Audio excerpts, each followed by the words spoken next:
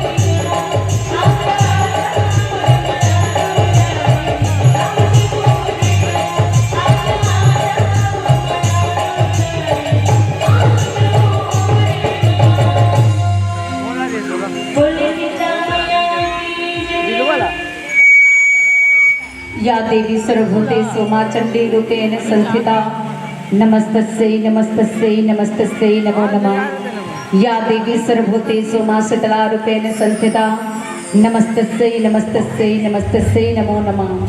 या देवी सर्वभूतेषु मा शांति रूपेण संस्थिता नमस्तस्यै नमस्तस्यै नमस्तस्यै नमो नमः।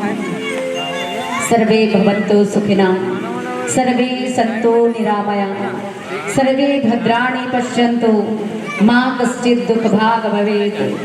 साईं इतना दीजिए जामय कुटुंब समाए मैं भी भूखा ना रहूं साधु न भूखा जाए साधु न भूखा जाए।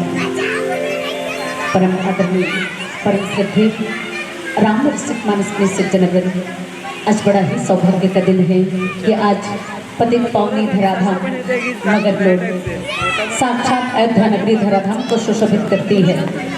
राम गाथा की पवित्र पावन बेला पर आज ऐसा प्रतीत हो रहा है कि मगर लोड में चारों धाम आ चुका है। पवित्र राम की कथा हो तो 33 करोड़ देवी देवताओं का वास उस जगह पे हो जाता है। समस्त जीव जंतु का उद्धार, पशु पक्षी चिड़ै चुरगुन तक जिस परमात्मा राम की गाथा में तन और मन से समर्पित होकर एक भाव एक चित्त में मग्न हो जाते हैं। मानस में सज्जनों, यही एक सूत्र एक धार को समर्पित करते हुए आज आयोजक समिति मगर लोड के समस्त पदाधिकारीगण को सादर प्रणाम, क्योंकि ये बेला एक ऐसी बेला जहाँ पर न तो कोई जगह रामचरितमानस हो रही है। अथाह गर्मी भीषण गर्मी में आज आयोजक समिति ने सोचा कि क्यों न परमात्मा राम की कथा का गुणानुवाद किया जाए ताकि तन और मन में जीवन में शीतलता और शांति की अनुभूति हो सके। आज धन्यवाद के पात्र है यहाँ के आयोजक समिति और ये हमारा अंचल का एक प्यारा सा धराधाम मगर लोग हृदय स्थल कहना चाहिए, विकास खंड जहाँ है हम सबकी। आज ऐसे सुनहरे अवसर पर परमात्मा राम की कथा हो रही है और ये जगह जो है पवित्र गंगा के समान हो गया है। पवित्र गंगा किसे कहते हैं? रामचरितमानस को मंदिर कहे या गंगा? अगर मान लो इसे हम मंदिर कहते हैं तो मंदिर क्या कहता है? पहले स्नान करो, पूजा पाठ की सामग्री इकट्ठी कर लो, अपने आप को पुनर्रूपण पवित्र कर लो, तब कहीं जाके मंदिर में प्रवेश करो। ये मंदिर का कहना है। और गंगा क्या कहती है? तुम जैसे भी हो, जिस रूप में भी हो, मैले हो कुचैले हो, सब आके मुझ में समाहित हो जाओ, तथास्तु मैं तुम्हें सबको पवित्र कर दूंगी। ये गंगा का कहना है।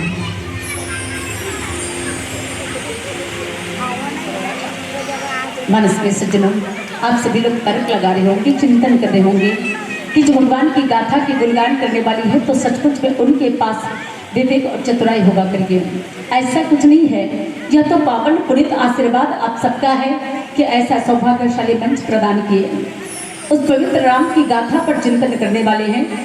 चलिए बड़ी चिंतन करें, यह राम कथा क्या है और हमारे जीवन की व्यथा क्या है। चलिए मान लेते हैं राम कथा एक विशाल वट वृक्ष है, अर्थात बरगद का घनघोर छायादार पेड़। रास्ते चलते राहगीर थके मांदे भूखे प्यासे होते हैं, लेकिन दूर में जाकर कहीं बरगद का घनघोर छायादार पेड़ दिखाई देता है तो उसी पेड़ के नीचे जाकर शीतलता और शांति की अनुभूति करते हैं। ठीक ऐसे ही ये राम कथा है। और हमारे जीवन की व्यथा क्या है? हमारे जीवन की व्यथा को तो देखो, एक परिवार में माता पिता भाई बहन सास ससुर पूरा घर परिवार रहता है। जिस तरह से एक बर्तन की जाली में सैकड़ों बर्तन हो और आपस में टकराने के बाद में आवाज करती है, ठीक इसी तरह से हमारे घर परिवार में छोटी छोटी बातों को लेकर के विवाद हो जाता है, एक दूसरे से मन मुटाव हो जाता है, एक दूसरे से मुंह फेर लिया करते हैं। यही हमारे जीवन की व्यथा है। और इस व्यथा को समाप्त करने के लिए हमारे जीवन की सारी संकट कब समाप्त होंगी? जब राम कथा रूपी विशाल वट वृक्ष से जीवन की व्यथा का एक्सीडेंट हो जाए तो जीवन की व्यथा अर्थात दुख ही समाप्त हो जाए। यही संगम ये बेला है।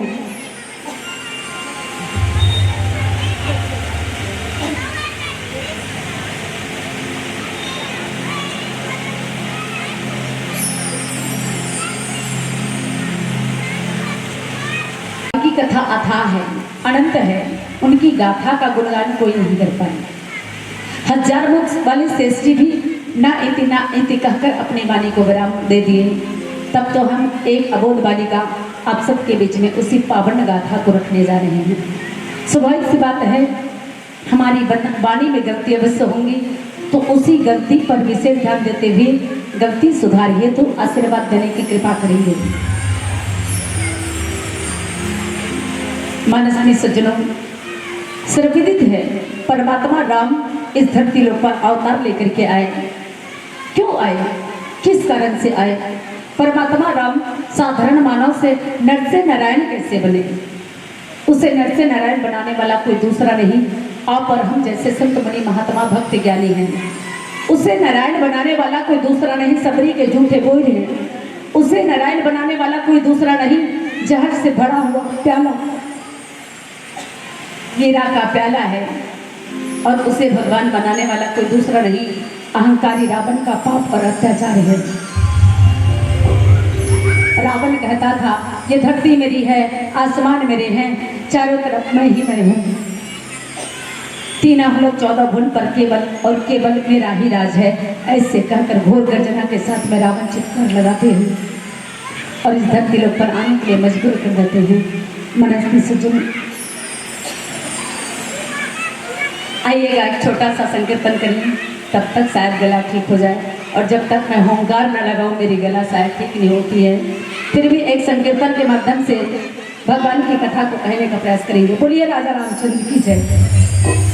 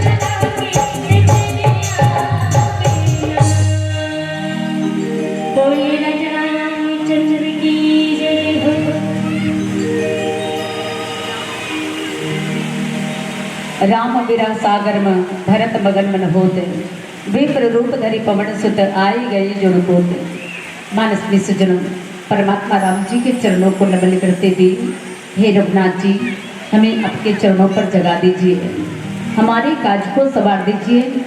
जिस तरह से आपके काज को संवारने के लिए समस्त मगध रोडवासी लगे हुए हैं, जिस तरह से आपके काज को संवारने के लिए पवन पुत्र महाराज जी लगे हुए थे, उसी तरह से आज ममतामयी महिला मानस मंडली ग्राम पारोक लगी हुई है। हमारी भी नैया पार लगा दो भगवान। आप सबके बीच में संतजन उत्तरकांड की कथा प्रसंग सुनाने वाले हैं। उत्तरकांड एक ऐसा कांड है जो बाकी सभी कांडों का उत्तर देता है। उत्तरकांड एक ऐसा कांड है, समस्त सवालों का जवाब यहाँ पर छुपा हुआ है। मानव के जीवन में जन्म और मृत्यु क्यों होता है, इन सारी चीजों का उत्तर देता है। हमारे जीवन में सुख और दुख, दिन और रात क्यों होता है, हमारे जीवन में सुकून और शांति आती है, शांति के साथ साथ क्रांति क्यों आती है, इन सारे सवालों का जवाब देने वाला ये उत्तरकांड है। और उत्तरकांड में गोसाई तुलसीदास जी महाराज भरतलाल जी महाराज की उस पावन प्रसंग की ओर ले चलते हैं, जहाँ पर गोसाई जी लिखते हैं, राम विरह सागर में भरत मगन बन होते। राम को 14 साल का वनवास हुआ था और 14 साल के वनवास के चलते पूरा 14 साल व्यतीत हो गया।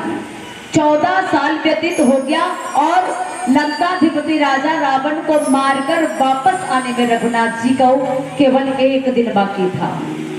अयोध्या लौटने में राम जी को केवल 1 दिन बाकी था, लेकिन भरतलाल जी महाराज जो उनका भाई है, जिनको प्रेम का अथाह सागर माना गया है, तीनों लोग 14 भुवन में देवी देवताओं से लेकर के जीव जंतु पशु पक्षी किसी में भी इतना प्रेम नहीं रहा जितना भरतलाल जी महाराज का परमात्मा राम के प्रति रहा। इसलिए भरतलाल जी महाराज मन में विचार कर रहे हैं, भरतलाल जी महाराज के दाहिना आंख और दाएं अंग फड़कने लगे हैं। पुरुषों का दाहिना आंख और दाया भांग फड़के ना तो उसे शुभ संकेत माना जाता है, सगुन माना जाता है। भरतलाल जी महाराज को एक तरफ प्रसन्नता होती है कि आज मेरी दाहिने आंख फड़क रही है, दाहिने भुजा फड़क रही है, जरूर कोई ना कोई शुभ संकेत होगा करके। लेकिन दूसरे तरफ भरतलाल जी महाराज अथाह विरह के सागर में डूबते जा रहे हैं, ये सोचकर कि हे विधाता, मैंने 14 साल की इस लंबी सफर को काट लिया, लेकिन केवल 1 दिन मेरे भैया राम को अयोध्या वापस आने में केवल 1 दिन बाकी है और ये 1 दिन काटे नहीं करता, मेरे रघुनाथ जी के इंतजार में काटे नहीं करता। मन विचलित होता है, कहीं आएंगे कि नहीं, कहीं आएंगे कि नहीं मेरे रघुनाथ जी, भैया राम आप आओगे कि नहीं, मेरी आंखें तरस गई है राम, इस प्राण का एक तार केवल आपके इंतजार में बचा के रखा हो राम, आओगे कि नहीं। ऐसे कहकर भरतलाल जी महाराज विचलित हो रहे हैं और अयोध्या नगरी के नंदी ग्राम में पर्णकुटी बनाकर रहने वाले परमात्मा राम का इंतजार करने वाले भरतलाल जी महाराज दिखाई कैसे देते हैं। भरतलाल जी महाराज कैसे दिखाई दे रहे हैं, उस दृश्य का वर्णन जरूर कर दूं। 14 साल तक भरतलाल जी महाराज, जिस तरह से राम ने 14 साल वनवास में व्यतीत किया, भरतलाल जी महाराज अयोध्या नगरी की पहरेदारी करते हुए नंदी ग्राम में व्यतीत किया। भरतलाल जी महाराज को लगता था कि मेरे भैया राम 14 साल तक जमीन पर सोएंगे, मेरे भैया राम जमीन पर सोएंगे तो मैं उनका भाई हूँ और मैं उनका भाई बना कैसे रेशमी पलंग पर सो सकता हूँ। ये सोचकर भरतलाल जी महाराज जमीन को 5 फीट नीचे गड्ढा खोदकर घास फूस के आसन बिछा करके सोते थे। वो भरतलाल जी महाराज आज विचलित है, आओगे कि नहीं भैया, आओगे कि नहीं। वैसे भी कलंक का तिलक मेरे माथे पर लग गया है, क्योंकि मेरे कारण आपको भैया केवल और केवल मेरे कारण से 14 साल का वनवास हो गया। धिक्कार है मुझ जैसे भाई को, कैसा भाई हूं मैं, 14 साल तक आज जीता रहा, कैसा भाई हूं। धिक्कार है मुझे, ये प्राण पखेड़ उड़ क्यों नहीं जाते। ऐसे कहकर बार बार कोसने वाले भरतलाल जी महाराज आज इंतजार कर रहे हैं और टूटती नैया को तिनके का सहारा बोलते हैं।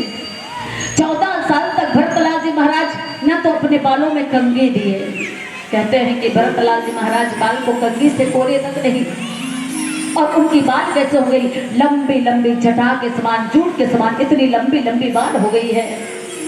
कहते हैं भरतलाल जी महाराज जब जमीन पर चढ़ते हैं ना तो झाड़ू की भांति उनके बाल सिर पर ऐसे ही झाड़ू लगाते हुए चलते हैं, इतनी लंबी जटा बन गई है। 14 साल तक भरतलाल जी महाराज अपने नाखूनों को नहीं काटे, तो नाखून को बताते हैं कितनी लंबी लंबी, जैसे राक्षसों के नाखून होते इतना लंबा नाखून हो गया है। और शरीर केवल हड्डी का ढांचा मात्र रह गया है। कितना बुलंद भुजाओं वाले भरतलाल जी महाराज इतना दबंग था कि उनका शरीर 14 साल तक उन्होंने भोजन ग्रहण नहीं किया। उसे पता है कि मेरे भैया राम जंगलों में जब रहेंगे ना तो भोजन ग्रहण नहीं करेंगे, कंदमूल फल को खा करके और दूध के रस को निचोड़ करके पी कर रहेंगे। ऐसे सोचकर भरतलाल जी महाराज केवल दूध के रस को निचोड़ कर पिया करते थे, इसलिए शरीर जर्जर हो गया है, हड्डी हड्डी दिखने लग गया है। वो भरतलाल जी महाराज अपने भैया राम के अगोरा कर रहे हैं और अगोरा करते करते रोते रहते हैं। उसी समय हनुमंतलाल जी महाराज क्या कर रहे हैं, ऐसे दुखित आत्मा को देख रहे हैं और मन में विचार कर रहे हैं, वाह भरत वाह, 3 लोग 14 भुवन में आपके जैसा कोई प्रेम कर ही नहीं सकता, देवी देवता भी कोई नहीं कर सकता भरत। जिस तरह से राम आपका बार बार गुणगान करते थे कि मेरे भाई भरत ऐसे हुए, मेरे भाई भरत वैसे हुए, उससे 4 गुना आगे आपका प्रेम निकला भरत। ऐसे कहकर हनुमंतलाल जी महाराज मर के विचार करने लगे और भरत के अथाह प्रेम कर देखकर हनुमंतलाल जी महाराज के आंखों से भी आंसू निकल गए। उसके बाद हनुमंतलाल जी महाराज विप्र रूप धरि पवन सुत, ब्राह्मण का रूप धरा और तपाक से भरतलाल जी महाराज के सामने आ गए। जैसे डूबते को तिनका का सहारा कहते हैं, उसी तरीके से भरतलाल जी महाराज अथाह विरह वेदना में आज प्रेम के सागर में डूबते जा रहे हैं। उसे उबारने के लिए एक नाव के समान हनुमंतलाल जी महाराज ब्राह्मण का रूप धारण करके आ गया। उसी की कथा की चर्चा हो रही है। मानस में राजहंस आप सबके बीच में कथा की चर्चा हो रही है, जो जीवन के सारे दुख को समाप्त कर देती है, सारी वेदना को समाप्त कर देती है। अगर जिसके घर में भाई भाई लड़ाई झगड़ा होता है, जो भरतलाल जी महाराज के भरत चरित्र को सुन लेना तो उसके जीवन में भाई भाई का झगड़ा समाप्त हो जाएगा। यह कथा है जीवन की व्यथा को समाप्त करने वाली। मानस में सज्जनों आप सबके बीच में चर्चा हो रही है। सत्यनारायण की कथा हो, पूजा पाठ हो, कोई भी शुभ काम हो तो पति और पत्नी को गांठ जोड़ के बैठना चाहिए, ऐसा कहा गया है शास्त्र में। गांठ जोड़ के बैठते हैं ना सत्यनारायण की कथा में पति और पत्नी, तब सत्यनारायण की कथा सफल होती है और इसमें कथा की सार्थकता सिद्ध होती है, ऐसा कहा गया है। कौन कौन मानते हैं इस बात को कि पति और पत्नी को गांठ जोड़ के बैठना चाहिए पूजा पाठ में? हाथ ऊपर करो। सभी लोग मानते हैं ना, बड़ा पुण्य मिलता है बोलते हैं। पति पत्नी को गांठ जोड़ के बैठने कहने का तात्पर्य क्या है कि पति और पत्नी दोनों बैठकर भगवान की कथा सुने। तो मैं निवेदन करना चाहती हूँ, मगर लोड में ऐसी कितनी पत्नियां बैठी हुई है, फुल गारंटी के साथ में वारंटी देना और हाथ ऊपर करना। ऐसी कितनी पत्नियां बैठी हुई है जिनके पति भी कथा सुन रहे हैं, हाथ ऊपर करो। पीछे मुड़कर देखो अपने पतियों को। अच्छे काम में पति को देखना शुभ होता है बोलते हैं। तो निवेदन करना चाहती हूँ, ऐसे कितनी पत्नियां बैठी हुई है जिनके पति भी कथा सुन रहे हैं, फुल गारंटी के साथ में वारंटी दो और हाथ ऊपर करो। एक जन दीदी बैठे। यही सवाल मैं भैया लोगों से करना चाहती हूँ, इस राम कथा पंडाल के नीचे ऐसे कितने पति लोग बैठे हुए हैं जिनकी पत्नियां भी कथा सुन रही है, हाथ ऊपर कीजिए। कोई गारंटी नहीं है, 1-2 को छोड़कर कोई गारंटी नहीं। नोटेड पॉइंट, राम कथा दरबार में ऐसे पति पत्नियों का नाम नोट किया जाए, क्योंकि इस कथा राम कथा पंडाल के नीचे ऐसे बहुत सारी पत्नियां बैठकर कथा सुन रही है जिनके पति गायब हैं। ये मैं नहीं कह रही हूँ, आप लोगों ने कहा, क्योंकि आप लोगों ने हाथ ऊपर नहीं किया। और इस राम कथा पंडाल के नीचे ऐसे बहुत सारे पति लोग भी बैठकर कथा सुन रहे हैं जिनकी पत्नियां गायब है। आखिर ये बीच के पति पत्नी गए तो गए कहाँ, इसी की तलाश करनी है। यही परीक्षा की घड़ी है। मेरे कहने का तात्पर्य है, बच्चे लोग कृपया ध्यान दें, फिर इन द ब्लैंक्स रिक्त स्थान की पूर्ति कीजिए। मेरे कहने का तात्पर्य है कि जिस घर परिवार के बड़े बुजुर्ग न्यूज सशक्त ढाल माता पिता बैठकर कथा सुना करते हैं, उस घर परिवार के बच्चों को राम कथा पंडाल के नीचे बुलाने की आवश्यकता ही नहीं होगी, क्योंकि उसका संस्कार ऑटोमेटिक उसे राम कथा पंडाल के नीचे खींच के ला सकता है। और पति पत्नी बैठे इसलिए, अगर जिस घर परिवार की पति पत्नी माता पिता बैठकर कथा सुनते हैं और कथा सुनते सुनते कहीं पत्नी से चूक हो गई या कथा छूट गया तो पति पूरा कर सकते हैं, जब दोनों रहेंगे तब। और पति से छूट गया तो पत्नी पूरा कर सकते हैं। कहने का तात्पर्य क्या है कि संस्कार उनके जीवन में लाना है, अपने घर परिवार में लाना है, तो सबके सबको बैठकर कथा सुनने की आवश्यकता है। आज भरतलाल जी महाराज परिवार का एक अभिन्न अंग, वो क्या मानता है भरतलाल जी महाराज? जैसे मानव शरीर है, भरतलाल जी महाराज का शरीर है, तो बोलते हैं परिवार का अभिन्न अंग अगर एक अंग कट के दूर चला जाए तो परिवार चलना दूभर हो जाता है।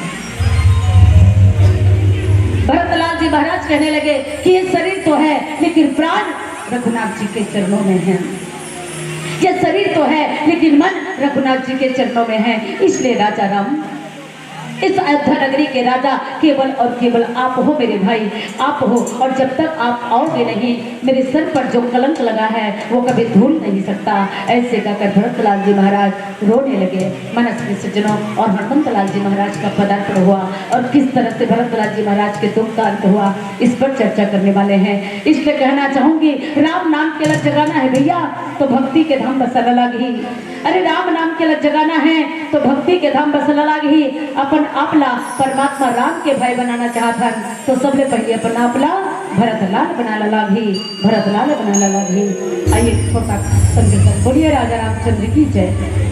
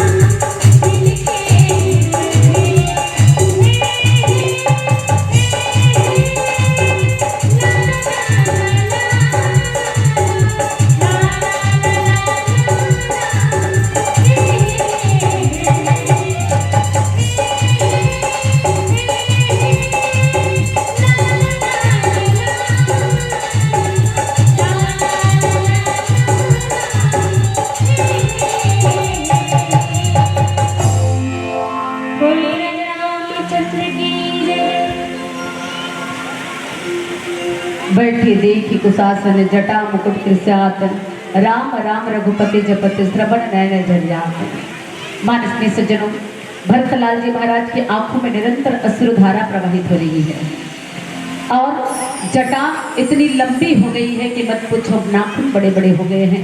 घास फूस के आसन में बैठे हुए हैं और शरीर हड्डी का ढांचा मात्र दिखाई देता है।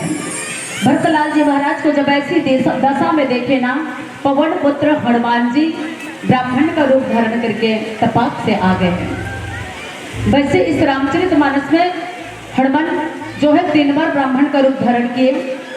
प्रथम बार ऋषिमुख पर्वत पर राम और लक्ष्मण के समक्ष, दूसरे में विभीषण लाल जी महाराज के समक्ष और तीसरे बार इसे भरतलाल जी महाराज के समक्ष। इस समय हनुमान जी जब ब्राह्मण का रूप धारण करके आए तो भरतलाल जी महाराज के आंखों में निरंतर आंसू देख करके रात और दिन केवल राम का नाम जपते रहते थे भरतलाल जी महाराज। तो ब्राह्मण के रूप में हनुमान जी आकर के कहे कि रात और दिन निरंतर जिसके नाम का जाप करते हो, जिसके बगैर न तो खाते हो न पीते हो, 24 घंटे राम नाम की जाप करते रहते हो, आंसू में निरंतर उनके प्रति प्रेम की अश्रुधारा है। हे भरतलाल जी महाराज, हे रघुनाथ जी के भाई, रघुकुल के तिलक, 3 अवलोक 14 भुवन के स्वामी, रावण को परास्त करके, शत्रु को रण में परास्त करके राम सीता लक्ष्मण तीनों के तीनों आ चुके हैं, ऐसे कहकर खुशखबरी सुना दी है। कौन? हनुमान जी महाराज ब्राह्मण के रूप में आए और भरतलाल जी महाराज को खबर सुना दिए कि राम जो है शत्रु को रण में पराजित करके आ चुके हैं। भरतलाल जी महाराज बैठे थे, तपाक से खड़ा हो गए और इधर उधर देखने लगे। कौन हो? कहां से संदेशा लाए? कौन हो तुम?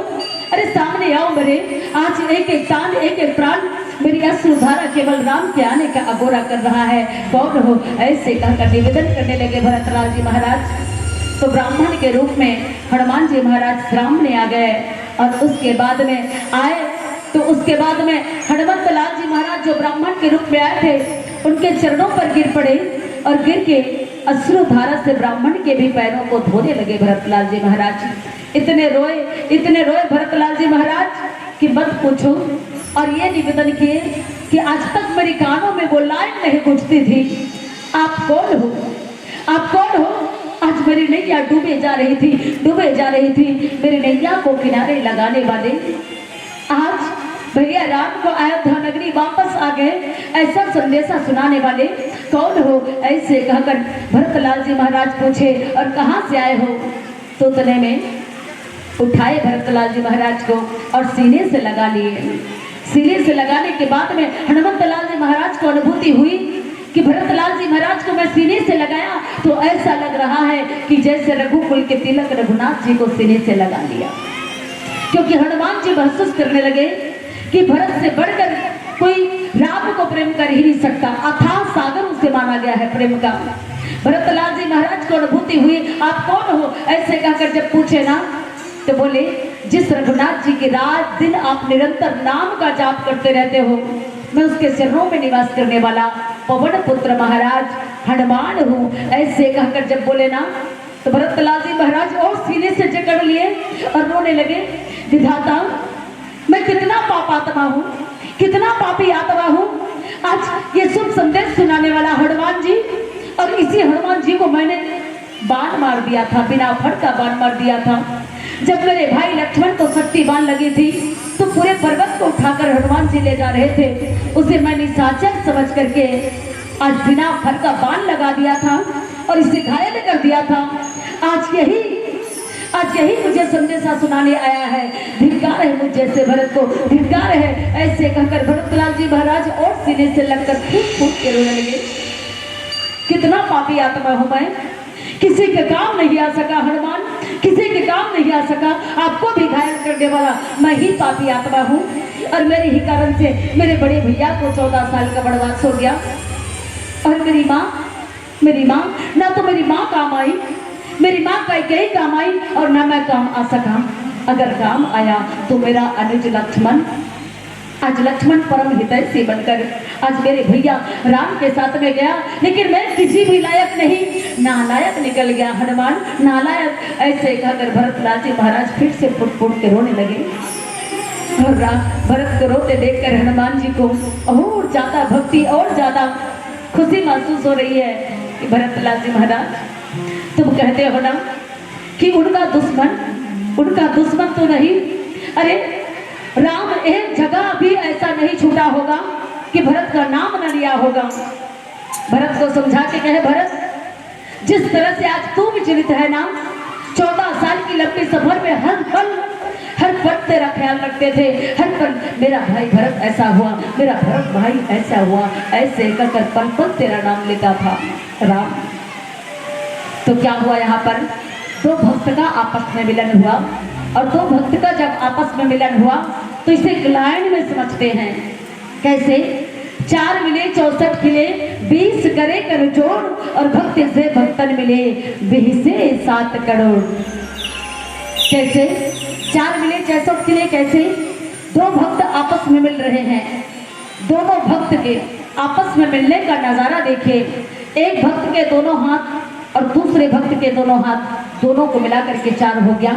और 20 करे कर जोड़, एक भक्त के दोनों हाथ की 10 उंगली और दूसरे भक्त के दोनों हाथ की 10 उंगली, 20 करे कर जोड़, और भक्त से भक्तन मिले 20 से 7 करोड़। कैसे कहा गया? 4 मिले 64 खिले, दोनों हाथ इसके दोनों हाथ उसके, दोनों को मिलाकर 4 हो गया। और 64 कैसे खिले? एक भक्त के मुख में 32 दांत, दूसरे भक्त के मुख में 32 दांत, दोनों को मिलाकर 64। दोनों भक्त आपस में हरि नाम की चर्चा करने लगे, हाल चाल पूछने लगे, तो रोम रोम पुलकने लगे। एक भक्त के शरीर में 3.5 करोड़ रोम, हमारे शरीर में इस सिर के बाल को लेकर के जहां जहां रोम का छिद्र बना हुआ है, अर्थात हमारे शरीर के एक एक तन के एक एक छिद्र से जहां जहां से पसीना निकलता है वो भी रोम है। तो एक भक्त के शरीर में 3.5 करोड़ रोम और दूसरे भक्त के शरीर में 3.5 करोड़ रोम, दोनों को मिलाकर 7 करोड़ रोम, अर्थात रोम रोम पुलकायमान होने लगे। दोनों भक्त आपस में भगवान की चर्चा करने लगे। मानस की सज्जनों, यही तो शुभ संकेत है। भरतलाल जी महाराज ने सिद्ध कर दिया, एक भाई होकर के जिसके माँ ने खुद विपरीत डिसीजन लिया, अर्थात जो दुनिया के नजरों में गलत है, माता कैकेयी राम को 14 साल का वनवास दिया। इस बात को जब सुने थे भरतलाल जी महाराज, उस दिन से अपने माँ को कभी सीधे मुख बात नहीं किए और न ही आंखों से देखा है। भरतलाल जी महाराज देखना ही बंद कर दिया अपनी माता को कि तू मेरी माँ हो नहीं सकती, तू मेरी माँ हो नहीं सकती, और मैं तुम्हें आज से माँ नहीं कहूँगा। उससे बात भी नहीं करते थे भरतलाल जी महाराज, नफरत करते थे। केवल तेरे कारण, तेरे मोह के कारण, तेरे पुत्र प्रेम के कारण आज मेरा भैया राम 14 साल का वनवास जंगल में चला गया और मुझे राजगद्दी दे गया। ऐसे राजगद्दी पर क्या ऐसा भरत बैठ सकता है? कदाचित नहीं। ये तो भाई का अथाह प्रेम है।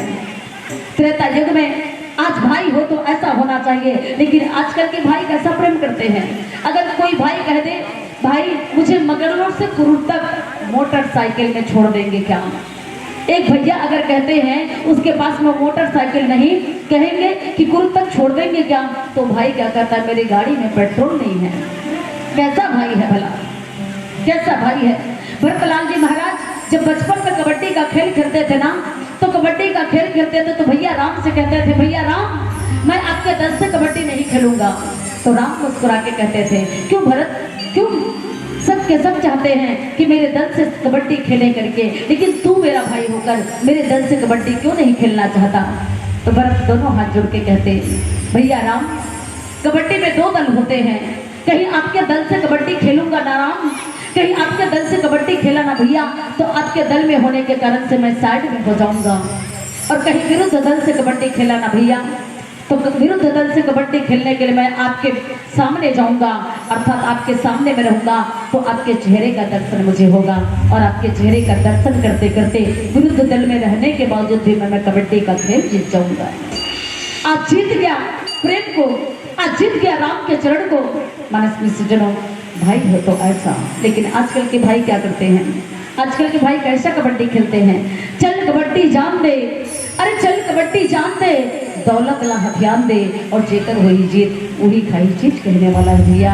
तो आज के तारीख में भरत जैसा भाई कहाँ से मिलेगा मनुष्य से जन्म। इसलिए आज परमात्मा राम के चरित्र का अनुकरण करें, उस भाई के प्रेम का अनुकरण करें और उनके अनुकरण के माध्यम से हम भले अपने भैया से दूर हों, हम भले अपने भाई से दूर हों, लेकिन दोनों के बीच में कभी प्रेम खत्म नहीं होना चाहिए।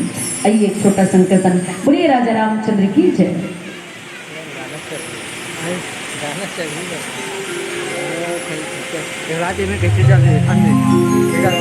बोलिए राजा रामचंद्र की जय।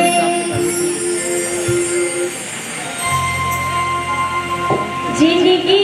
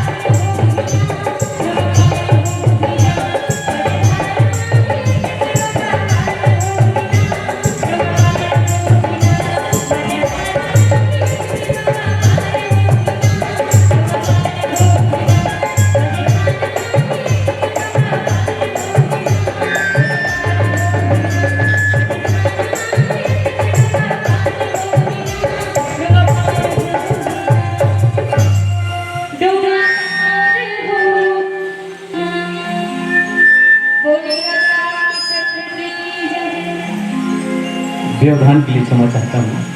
हमारे बीच ज्ञान मंच में राघवेंद्र सरकार मानस परिषद के संरक्षक महोदय। मिलन प्रेम नहीं हृदय समाता, नयन स्रवत जल पुलकित गाता। मानस के सज्जनों, भरतलाल जी महाराज हनुमान जी से मिलकर बहुत गदगद हो गए।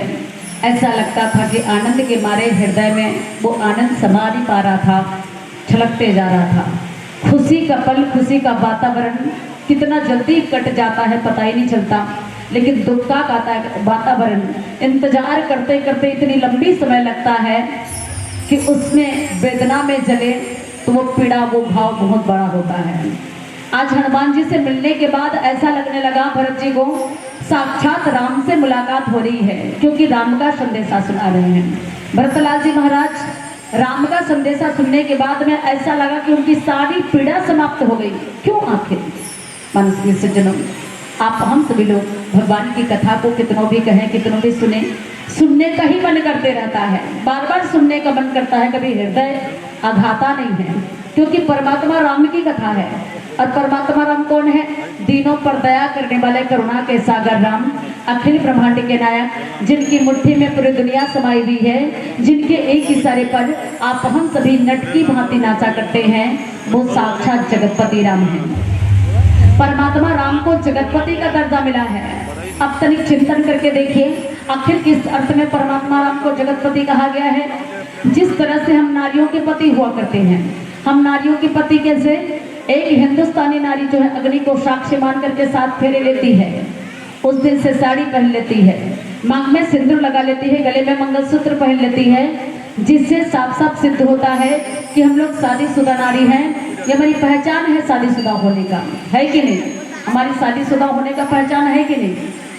ये साड़ी, मांग के सिंदूर, गले की मंगलसूत्र, हम लोग चैलेंज के साथ में चुटकी बजाते हुए कह सकते हैं, वी आर मैरिड वोमेन। हम लोग शादीशुदा नारी हैं भैया, पुख्ता सबूत है, गोल्ड मेडलिस्ट, 100% शादीशुदा नारी। पर भैया लोगों की कोई पहचान नजर नहीं आती। चुम्बन भैया में अब बड़ दिल में तलाश होगा। भैया मन के शादीशुदा होने का कोई पहचान है क्या? कोई प्रमाण है क्या? कोई पहचान नहीं, कोई प्रमाण नहीं। क्यों? क्योंकि सबके तन पर वही शर्ट, वही पैंट, वही जींस, वही ट्राउजर। कौन पिता है, कौन पुत्र है, कौन दादा है, कोई पहचान नहीं। वो तो बच्चे भी शर्ट पैंट पहने हुए हैं। बेटा, ओ फुग्गा वाला बेटा, इधर देखो तो, तू शादीशुदा है क्या? नहीं ना, तो कैसे जान ले कि आप लोग शादीशुदा हो? इसका कोई शास्त्र में उल्लेख नहीं है। फिर भी मैं कहना चाहूंगी, या तो शादीशुदा भैया लोगों को शादी के बाद में केवल धोती ही पहनना चाहिए, जिसे देखते ही पहचाना जा सके कि आप लोग भी शादीशुदा हो हमारी तरह। या फिर जो सिंदूर हम लोग मांग में लगाते हैं, उसी सिंदूर को शादीशुदा के पहचान के रूप में भैया लोगों को माथे पर तिलक के रूप में धारण कर लेना चाहिए, जिसे देखते ही पहचाना जा सके कि आप लोग भी शादीशुदा हो हमारी तरह। इक्वल पति पत्नी का दर्जा बराबर होना चाहिए, कोई ना कोई सिर थप्पा या मोहर जरूर होना चाहिए। ठीक इसी तरह से आप हम सबके पति जगतपति श्री रामचंद्र जी थे। आखिर मैं कहना क्या चाहती हूँ और आप लोग सुनने क्या जा रहे हो, इस पर फोकस करना है। आखिर भरतलाल जी साबित क्या कर रहे हैं? मैं 2 मिनट के उदाहरण से बातें सिद्ध करना चाहती हूँ, ध्यान से सुनिएगा। 3 सहेली थी, तीनों सहेली आपस में बहुत प्रेम करती थी। कहा करती थी, हे सहेलियों, जब हम तीनों की शादी होगी ना, तो एक दूसरे के शादी में जाएंगे, नाचेंगे, गाएंगे, धूम मचाएंगे, बड़ा मजा आएगा। लेकिन दुर्भाग्यवश तीनों सहेलियों की शादी एक ही दिन, एक ही तारीख और एक ही समय को संपन्न हो जाती है। बेचारी कोई किसी के शादी में नहीं जा पाती।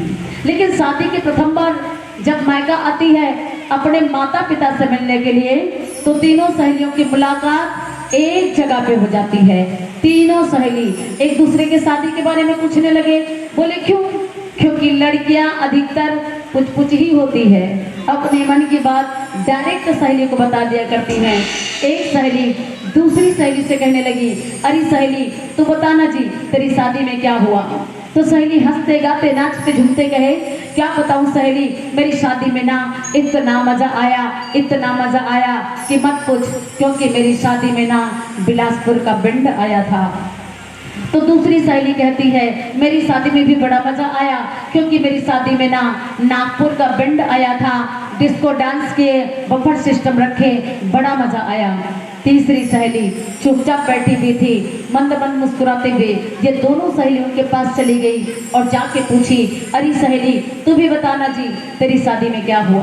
बेचारी सहेली दोनों हाथ जोड़ ली, मंद मंद मुस्कुराते हुए बोली, क्या बताऊं सहेली, मेरी शादी का वर्णन ना मेरे इस मुखारबिंद के द्वारा नहीं किया जा सकता। मैं इतनी खुश हूँ, इतनी खुश हूँ, सच कहूँ ना तो मेरी शादी से इस मानव तन का उद्धार हो गया, मेरे संपूर्ण जीवन का श्रृंगार हो गया, मैं इतनी खुश हूँ। बसरते हाँ मेरी शादी में ना तो कोई बिलासपुर का बैंड आया था और ना ही कोई नागपुर का बैंड आया था, अर्थात मेरी शादी में ना तो एंड आया था ना तो बैंड आया था, मेरी शादी में तो साक्षात मेरा हस्बैंड आया था, साक्षात मेरा हस्बैंड आया था। कहने का तात्पर्य यही है, मंडप सजाई जाए, बैंड बाजा बजाई जाए, मोहरी बजाई जाए, लेकिन उस मंडप का शोभा पाने वाला दूल्हे राजा ही ना हो तो शादी बेकार है, निरर्थक है। बस इतनी सी बात को भरतलाल जी महाराज हनुमान जी को समझा के कह दिए।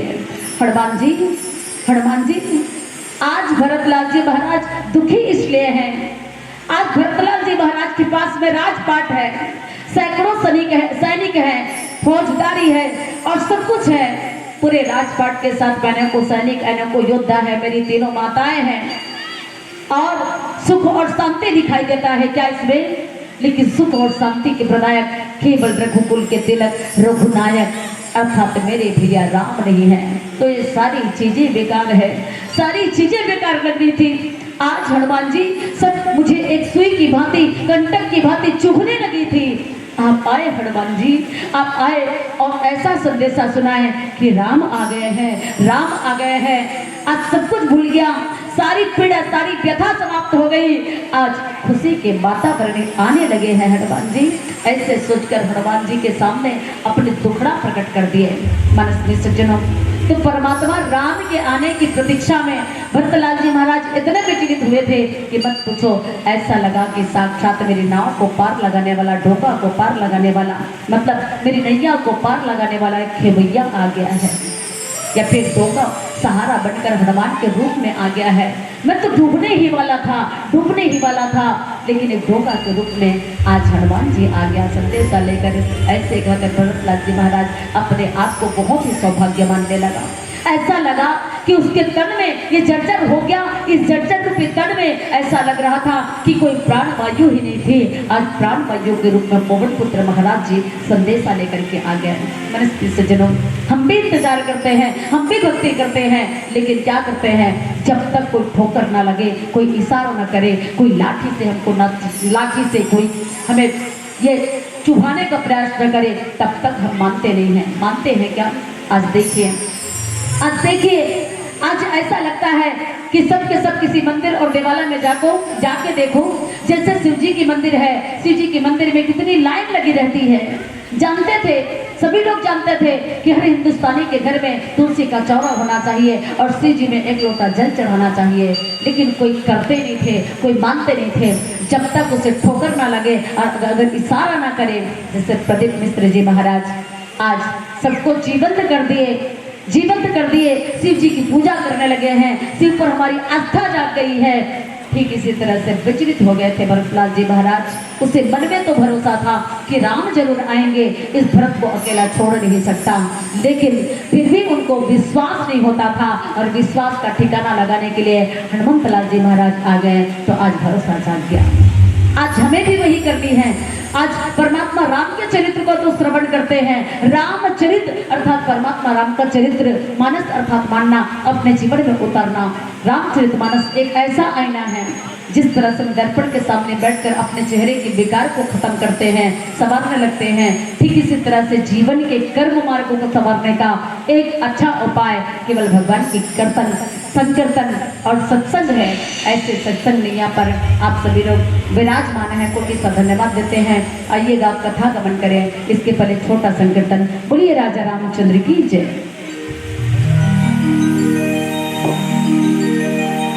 बोलिए राजा रामचंद्र की जय। बिन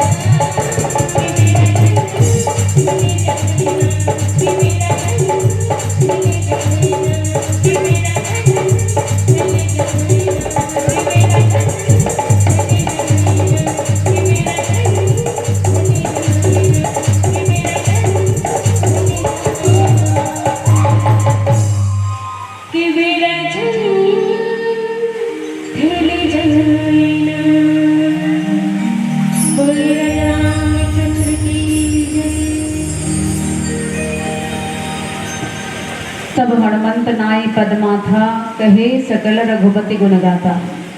भरतलाल जी महाराज बहुत रो रो के बारंबार उसी बात को बोलने लगे।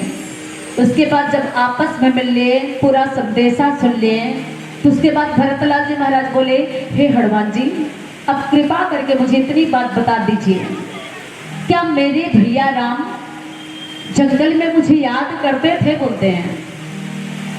ऐसी बात जब बोले ना तो हनुमंत लाल जी महाराज मुस्कुरा दिए। हनुमंत लाल जी महाराज मुस्कुरा दिए तो फिर बोले, भरत सच बताओ ना हनुमान, क्या मुझे कभी याद करते थे? बोले। हनुमान कहे, बड़ी विचित्र बात है, हर पल केवल और केवल तेरा ही ख्याल रहता था।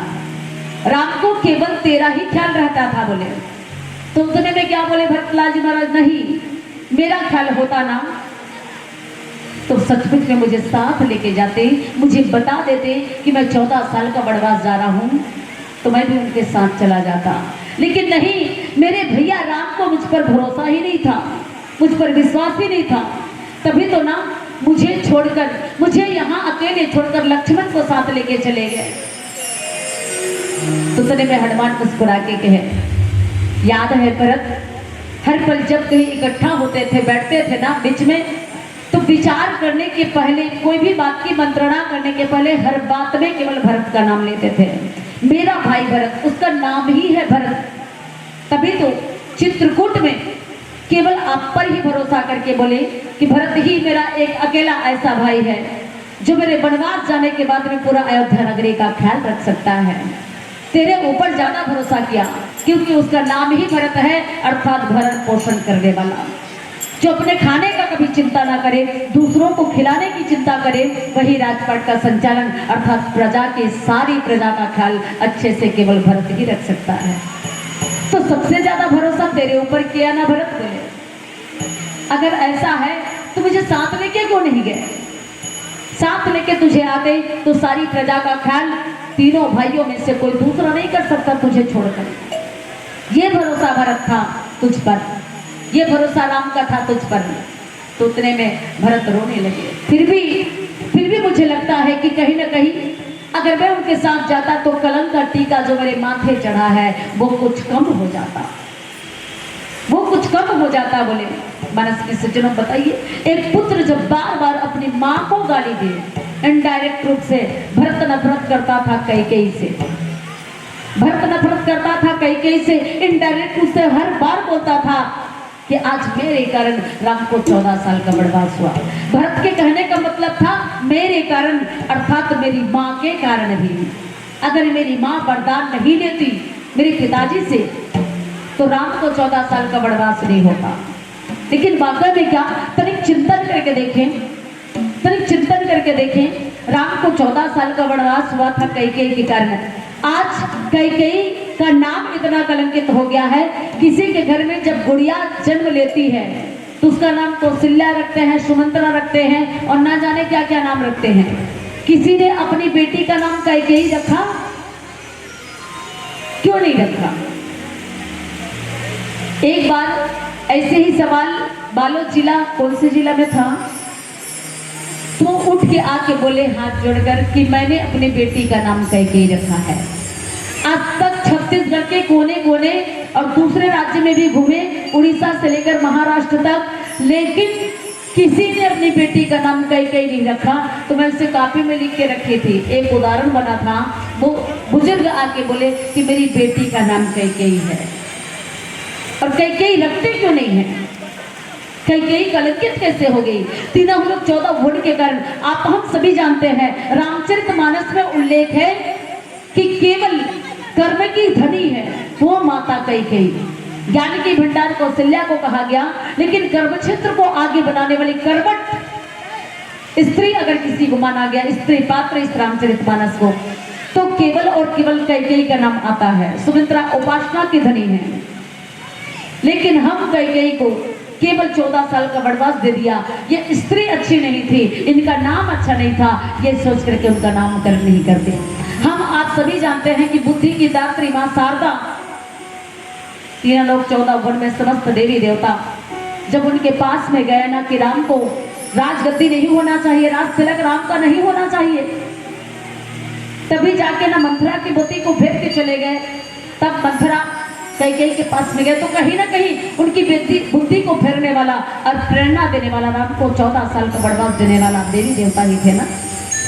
जानते हैं फिर भी कोई कैकेयी नहीं रखना चाहते। वो तो बचपन भी हो गया था। माता कैकेयी तो राम से अगाध प्रेम करती थी, अगाध। कैसे? जब बचपन में गेंद का खेल खेल रहे थे, बाल का खेल कर रहे थे ना, तो खेलते खेलते वो बाल उछल कर माता कैकेयी के कक्ष में चला गया।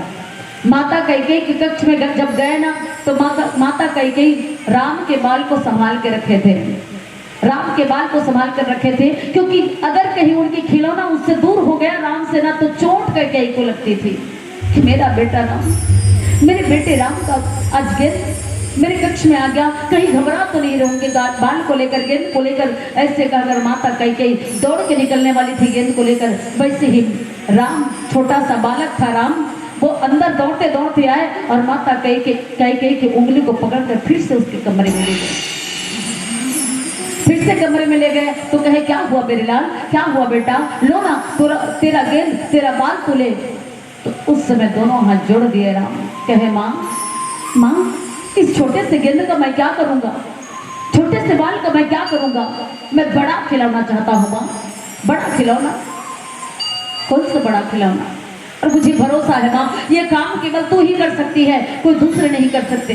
तो क्या बोले कि छोटा खिलौना गेंद मुझे मत दो माँ, और मैं जब बड़ा हो जाऊँ ना तो मैं बड़ा खेल खेलना चाहता हूँ, उसमें केवल आपका साथ चाहिए। माता कई रोने लगे, बेटा तू अगर मेरा प्राण भी मांगे ना तो मैं देने के लिए तैयार हूँ। मैंने तुझे जन्म नहीं दिया बेटा, लेकिन तुझसे ज्यादा प्रेम करता हूँ। भरत से जितना नहीं करता ना, उससे ज्यादा प्रेम तुझसे करती हूँ। ऐसे कहकर कई रोने लगी थी। तो उस समय उनके आंसू को पोंछ कर राम बोले, माँ माँ, जिस हेतु मेरा अवतार हुआ है, जिस हेतु मेरा जन्म हुआ है, ये आंसू में बहाने मत दो माँ, आंसू में बहने मत दो। अर्थात मैं जब बड़ा हो जाऊं तो एक काम करना माँ, मुझे वनवास चाहिए, संत मुनियों के बीच में रहना चाहता हूँ। जिस कारण से मेरा जन्म हुआ है उसे सार्थक करना चाहता हूँ, मुझे वनवास देना माँ। ऐसे कहकर बचपन में ही राम जो है गेंद के बदले में वनवास मांग लिए थे। मानस विसर्जनों, वरना माता कही तो प्राण न्यौछावर करने के लिए तैयार थी। कहा करती थी, बेटा राम, मेरे कलेजे का टुकड़ा राम, मेरे प्राण का आधार है बेटा राम, मैं तुझसे इतना प्रेम करती हूँ राम, इतना प्रेम करती हूँ जितना प्रेम मैं भरत से भी नहीं करती। पर क्या करूँ माँ, क्या करूँ राम, मैं मजबूर हूँ। कहीं ममता के वशीभूत होकर पुत्र प्रेम के कारण कहीं तुझे अयोध्या नगरी की राजा बना दे राम, तो केवल और केवल अयोध्या नगरी का ही कल्याण होगा, फिर इस जगत का क्या होगा राम। इसलिए बेटा तू बन जा रे, बन जा, अर्थात 14 साल का वनवास चला जा, पूरे संसार का राजा बन जा। ऐसे कहकर माता कह उसे क्या कर दिए, पूरे संसार का राजा बना दिया। मानस विसर्जनों, कई नहीं होती तो क्या होता, राम को 14 साल का वनवास नहीं होता, और राम को 14 साल का वनवास नहीं हुआ होता तो लंका के राजा रावण को कौन मारे होते, और लंका का राजा रावण नहीं बना होता तो ना जाने इस संसार में और कितने रावण पैदा हो गए होते। मेरे कहने का तात्पर्य क्या है, कई काली ना होती तो लंका लाली ना होती, अजय कई काली ना होती तो लंका लाली ना होती, और लंका लाली ना होती तो पूरे संसार में होली दिवाली ना होती, पूरे संसार में होली दिवाली ना होती। ना तो आप होते, ना हम होते, ना होता है सारा जहां, फिर कहाँ के किस त्योहार और होली दिवाली की बात होती। इसलिए माता कई सचमुच में महान है, और उससे भी महानता उसके संसार, उसके दूध में वो जादू रही। आज उनके दूध का कर्ज अदा कर दिए कौन, भरतलाल जी महाराज। अथाह प्रेम परमात्मा राम के चरणों में कर कर, जो परमात्मा राम के चरण पादुका को, केवल चरण पादुका को अपने दोनों आंख, दोनों किवाड़ मान करके राज सिंहासन पर चरण पादुका को स्थापित कर दिए, और उसी के आशीर्वाद से राजपाट का संचालन करने लगे, तो वो भरत था। मनस के सज्जनों, इस तरह से परमात्मा राम की कथा है। तो आइए एक संकीर्तन बोलिए राजा रामचंद्र की जय।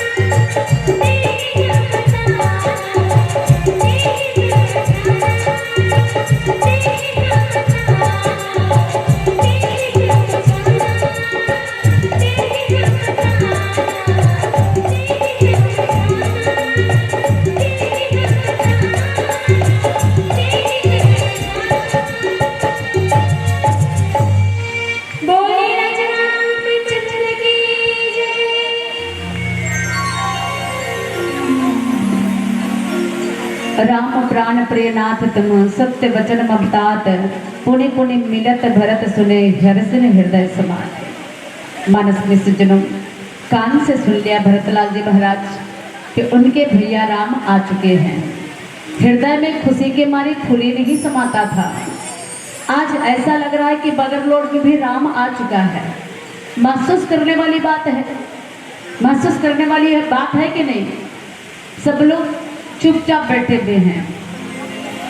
अब जैसे ही संदेशा सुनाए राम तुरंत राम के पास में हनुमंत लाल जी महाराज जो है पहुंच गए और उधर भरत की बातों को सुनकर के जैसे ही राम जी सुने तो एक पल भी लेट नहीं किए, एक पल भी लेट नहीं किए, क्योंकि राम को पता है कहीं थोड़ी सी देर किया ना तो भरत क्या है वो समझ गया था, क्योंकि वो प्राण को त्याग देता।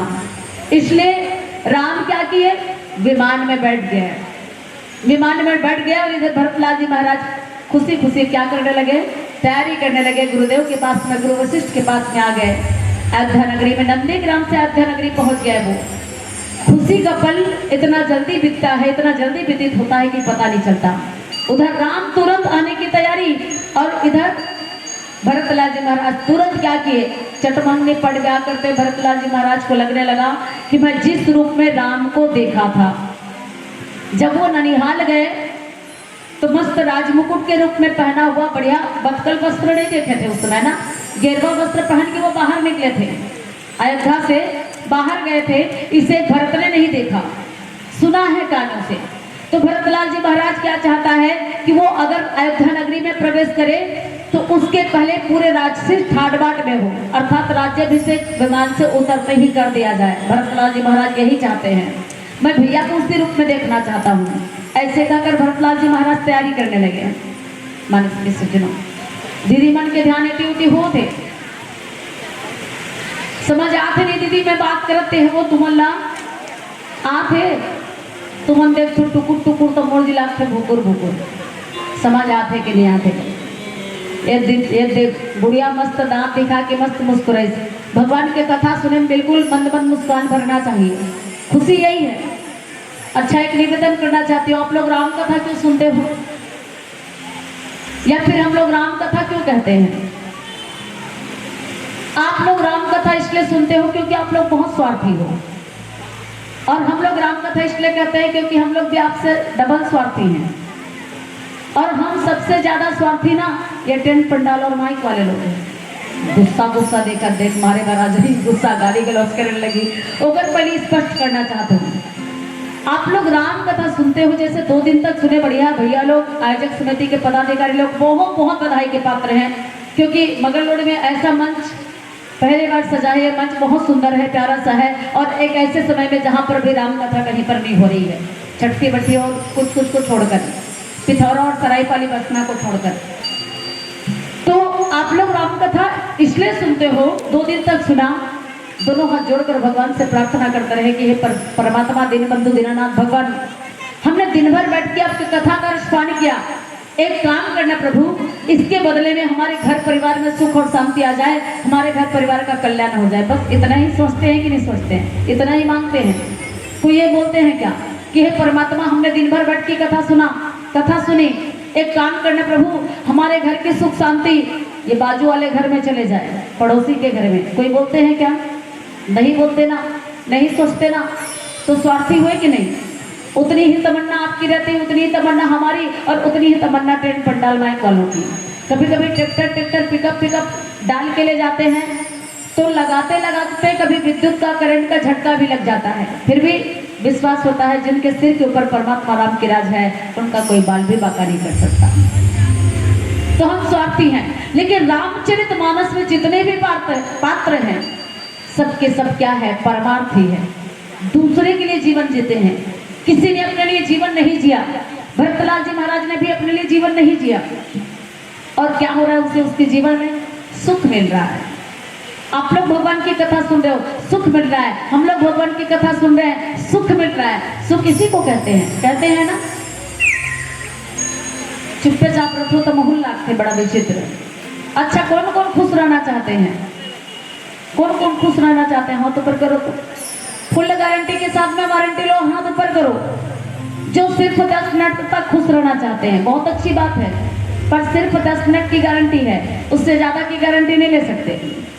जो सिर्फ 10 मिनट तक खुश रहना चाहते हैं तो दीदी लोग ब्यूटी पार्लर चले जाइए और भैया लोग सैलून चले जाइए, शेविंग कराइए, फेयर एंड लवली लगाइए, चेहरा चमकाइए, दर्पण देखेंगे और कहेंगे कि मैं आज बड़ा सुंदर दिखाई दे रहा हूँ। हम वन क्रीम पाउडर लगा के आगे रहे, लेकिन 10 मिनट के बाद में आपका और हमारा चेहरा ज्यों का त्यों, हमारी 10 मिनट की खुशी समाप्त होती है। जो दिन भर खुश रहना चाहते हैं वो हाथ ऊपर कीजिए, दिन भर की गारंटी है, उससे ज्यादा की गारंटी नहीं। बहुत अच्छी बात। जो सिर्फ दिन भर खुश रहना चाहते हैं वो नवा कपड़ा खरीद लीजिए, दिन भर पहने रहिए, इतनी खुशी मिलेगी, बम्फाड़ खुशी कि आज हमने नया कपड़ा पहना। बार बार दर्पण के सामने आएंगे, जाएंगे, सेल्फी लेने का प्रयास करेंगे। उसके बाद शाम तक उसी नए कपड़े की पसीने की बदबू से परेशान हो जाएंगे। वो नया कपड़ा उतारने का मन कर जाएगा और पुराने कपड़े में खुशियों को तराशने लग जाएंगे। इस तरह से हमारी दिन भर की खुशी समाप्त होती है। एक अंतिम बात पूछना चाहती हूँ, जो सिर्फ 1 साल तक खुश रहना चाहते हैं वो हाथ ऊपर करो। 1 साल की फुल गारंटी। अब पता है आप लोग हाथ ऊपर करने वाले नहीं, क्योंकि आप लोग जानते हैं कि ये फंसाने वाली है और मैं फंसाना नहीं चाहती, और फंस गए तो नहीं जानती, क्योंकि ये मानव तन केवल फंसने फंसाने के चक्कर में मिला है। इस कलयुगी तन को जो भी धारण करता है माया मोह के कुचक्र में इस कदर फंसते जाता है, इस कदर फंसते जाता है कि उबरने का नाम ही नहीं लेता। इसलिए कहना चाहती हूँ, जो सिर्फ 1 ही साल तक खुश रहना चाहते हैं वो शादी कर लीजिए। 1 साल की फुल गारंटी। पति पत्नी में इतना प्रेम, इतनी मोहब्बत, भर भर यहाँ से वहां घुमाने ले जाएंगे 1 ही साल तक। बगैर बोले अटैची खचाखच क्रीम पाउडर से भर जाती है 1 ही साल तक। बगैर बोले बड़े बड़े होलसेल में ले जाकर 1 से 1 साड़ी दिलाते जाएंगे। पैसे की चिंता मत करो, मैं हूं ना, 2-4 और ले लो ना बोलते हैं। 1 ही साल तक।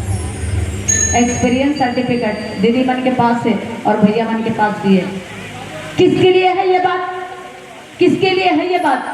जिसको जीवन जीने की कला नहीं आती, जिसको जीवन जीने का ढंग नहीं आता, एक ऐसी दंपत्ति, एक ऐसा पति पत्नी जो केवल दिखावे का प्रेम करते हैं और अंदर ही अंदर आपस में ढिसुम ढिसुम लड़ाई झगड़ा करते रहते हैं, ऐसी पति पत्नी के लिए है ये बात। ऐसी पति पत्नी के बाद में 1 ही साल के बाद में लड़ाई झगड़ा, दंगा फसाद, स्थिति उनको इस कदर नीचे धकेल दिया करती है, इस कदर नीचे धकेल दिया करती है कि 1 ही साल के बाद में कोरा कागज जो है तलाक के पेपर के रूप में निर्मित हो जाता है।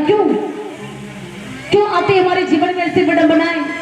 क्यों हम दुनिया भर की खुशियों को अपनी मुट्ठी में कैद करके नहीं रह सकते? क्यों पति पत्नी का प्रेम जिंदगी भर तक सलामत होकर नहीं रह सकता? क्यों पिता का पुत्र के साथ में लड़ाई होता है?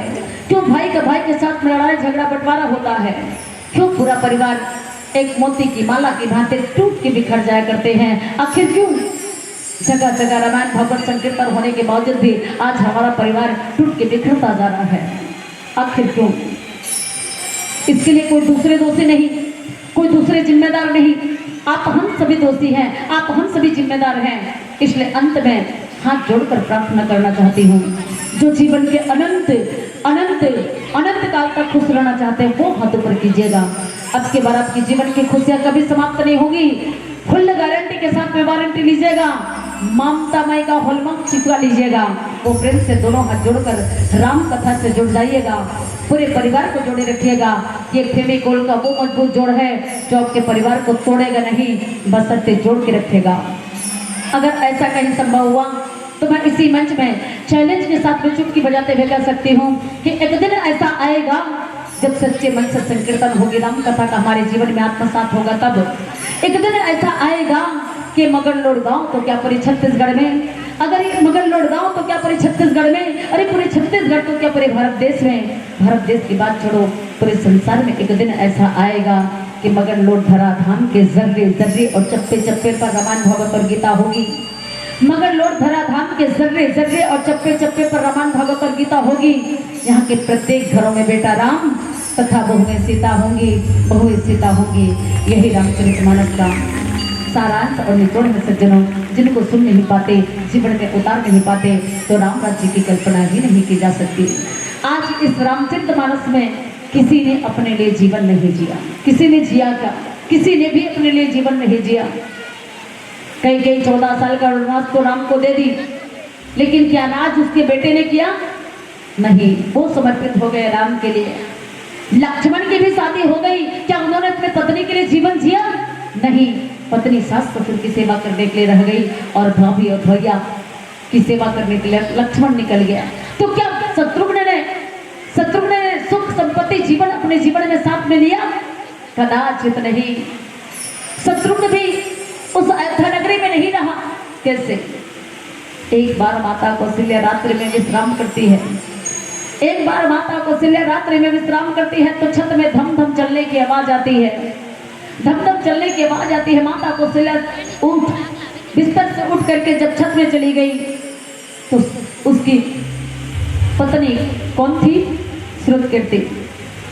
श्रुतकीर्ति छत में धमाधम चल रही थी। माता कौशल्या कहे, बेटी तू सोई नहीं, अर्धरात्रि में इस छत में क्या कर रही हो? तो उतने में माता कौशल्या के चरणों को प्रणाम किए श्रुतकीर्ति कहे, मैया मैं नहीं सो पाती और मैं क्या कर रही हूँ? पति का इंतजार कर रही हूँ। बोले पति का इंतजार श्रुतकीर्ति छत में करती है। तो बोली कितने दिन से नहीं सोती? शत्रुघ्न कहाँ है? तो बोले मैया वो तो 14 साल से नहीं सोते। 14 साल से नहीं सोते तो कहाँ है? तो बोले अयोध्या नगरी के मुख्य दरवाजे पर पहरेदारी करता है शत्रुघ्न। बताइए, नंदीग्राम में पहरेदारी करता है भरत, तो शत्रुघ्न पहरेदारी करता है नगर के मुख्य महल के मुख्य दरवाजे पर, अर्थात अयोध्या नगरी नगर के मुख्य दरवाजे पर पहरेदारी करता है। श्रुतकीर्ति छत में इंतजार करती है और मांडवी क्या करती है? मांडवी तो वैराग्य को धारण करके वो भी इंतजार करती है। तो लक्ष्मण की पत्नी क्या करती है? लक्ष्मण की पत्नी बताइए, आज हमारे जीवन में अगर किसी का बेटा भी ना, किसी का बेटा रायपुर धमतरी चले जाए, अगर उनको बोला जाए बहू को साथ जाएगी क्या, तो क्या बोलते हैं? 1 साल तक सेटलमेंट होने दो, ऐसो आराम की चीज खरीदने दो, उसके बाद में उनके साथ जाएंगे बोलते हैं। लेकिन उर्मिला को पूछे तक नहीं लक्ष्मण, और क्या किए? राम के साथ लग गए। तो उर्मिला एक शब्द नहीं निकाली और क्या बोले?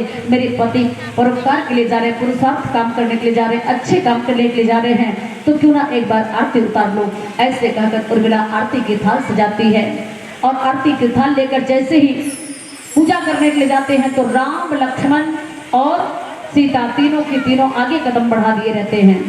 तो उर्मिला बोली कि शुभ कार्य में जाने में पैर को टोकना और रोकना अच्छी बात नहीं होती। ऐसे कहकर उर्मिला भी 14 साल तक आरती की थाल लेकर दाएं पर आगे के, बाएं पर पीछे कर एक मूर्ति की भांति खड़े होकर 14 साल तक रह गए। तो जीवन किसने जिया? अपने लिए किसी ने जीवन नहीं दिया। लेकिन आज भी समर्पण का भाव, आज भी इतिहास में, रामचरितमानस में त्याग की परिभाषा, जीवन जीने की कला सिखाती है रामायण। मानस के सज्जनों, ऐसे हमारे जीवन का भी सार होना चाहिए। इसलिए जगह जगह भागवत संकीर्तन रामायण होता है ताकि थोड़ी सी छाप हमारे जीवन में इसका छोड़े, और हम करते नहीं हैं। जीवन बीती जा रही है, जीवन बीती जा रही है। आज हार्ट अटैक का जमाना आ गया है, न जाने किस जगह पर किसकी मृत्यु हो जाए कुछ कहा नहीं जा सकता। मैं मंच में बैठे बैठे बोलते रहूंगी और अचानक अटैक आ गया, इसका भी ठिकाना नहीं होगा, क्योंकि यह पिंजड़े की पंछी कब फुट से निकल जाए कोई गारंटी नहीं है। इसलिए कहना चाहूंगी, टूट गई बीना की तार तो गाने से क्या होगा? अरे टूट गई बीना की तार तो गाने से क्या होगा? और छूट गई गाड़ी तो स्टेशन जाने से क्या होगा? और थम गया श्वास का तार तो फिर बाद में राम भजन गाने और पछताने से क्या होगा? बाद में राम भजन गाने और पछताने से क्या होगा? आइए संकीर्तन बोलिए राजा रामचंद्र की जय।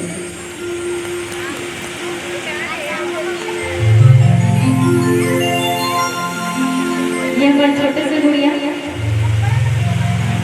10 रुपये देख के ही नाम नाटक में बते थे।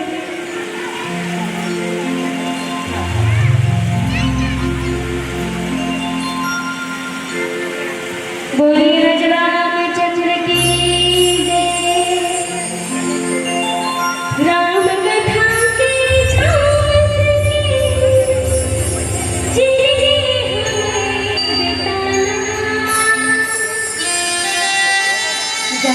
जाना है ना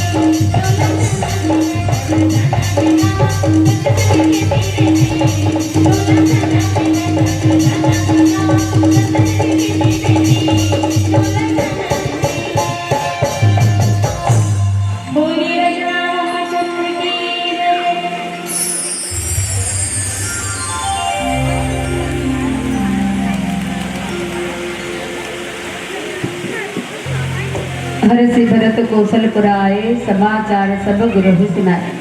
मनस्वी सज्जनों, आज आपके हर हमारे जीवन में भरण पोषण जो होता है, इन सबका श्रेय जाता है केवल भरतलाल जी महाराज को।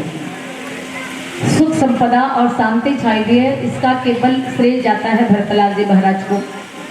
केवल उसी के नाम का स्मरण करना चाहिए। जैसे राम लक्ष्मण भरत शत्रुघ्न चारों भाई हैं, तो चारों भाई के नाम का उद्देश्य अलग अलग है।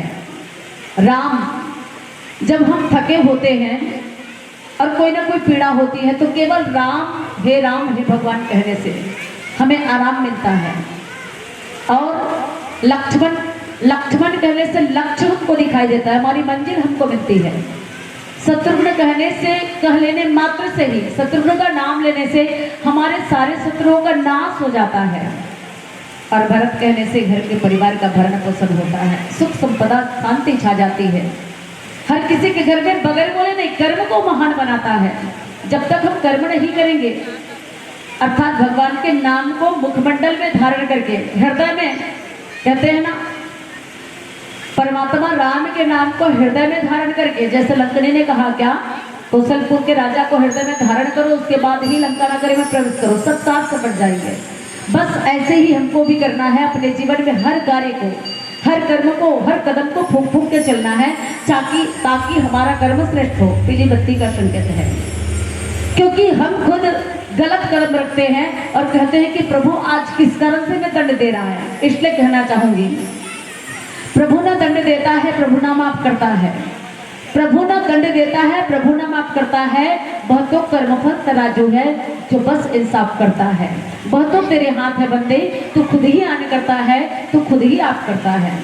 जिस तरह से हम टीवी के पास में बैठे रहते, रिमोट कंट्रोल को पकड़ करके टीवी में पसंदीदा कार्यक्रम देखना हो तो उसी बटन को दबा देते हैं। ठीक ऐसे ही अच्छे कर्म रूपी बटन को दबाएं, तुम्हारे जीवन केवल और केवल भरत की तरह होगा। जीव जंतु पशु पक्षी सबका जीवन केवल भरत की तरह बन जाए, अर्थात भगवान की भक्ति में जो रत हो जाए, उनके जीवन में कोई संकट आ नहीं सकता है। मानस के सज्जनों, इस रामचरित मानस में यही सीख मिलती है।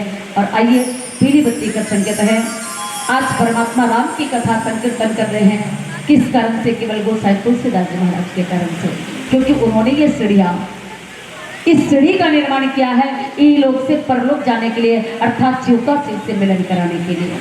तो आइएगा, एक अंतिम संकीर्तन अंतिम पड़ाव पर है और आप सबों से स्मारक में से सादर विदा। बोलिए राजा रामचंद्र की जय।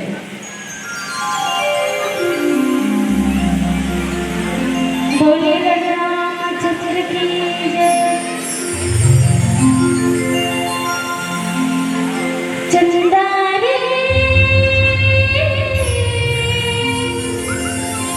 हेरे वो चंदा, कब रही रघुराई,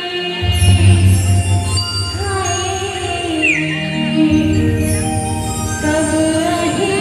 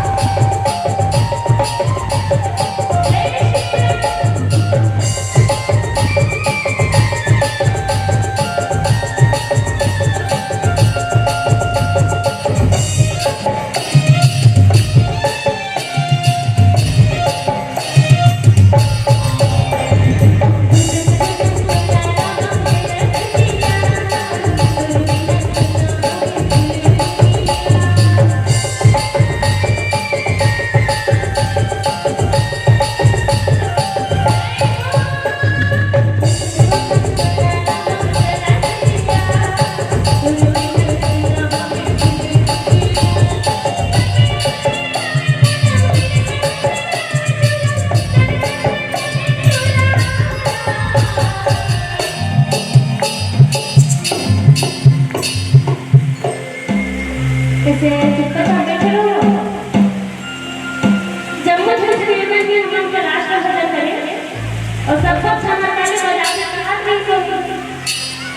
हम मत कहा था भैया कैसे का बुआ ना करना तो सब जब वो थोड़ा ताली बजाना है चलो आप ना साथ दो ये गाना में हमको बहुत अच्छा लगे और तुम तो देखा तो पीछे ना तो बैठे तो नहीं दिखा हम बैठे ना दादा ना हाँ चलो आप ना सुनिए ना कि आप पढ़ने वाले बजाओ चलो चंदा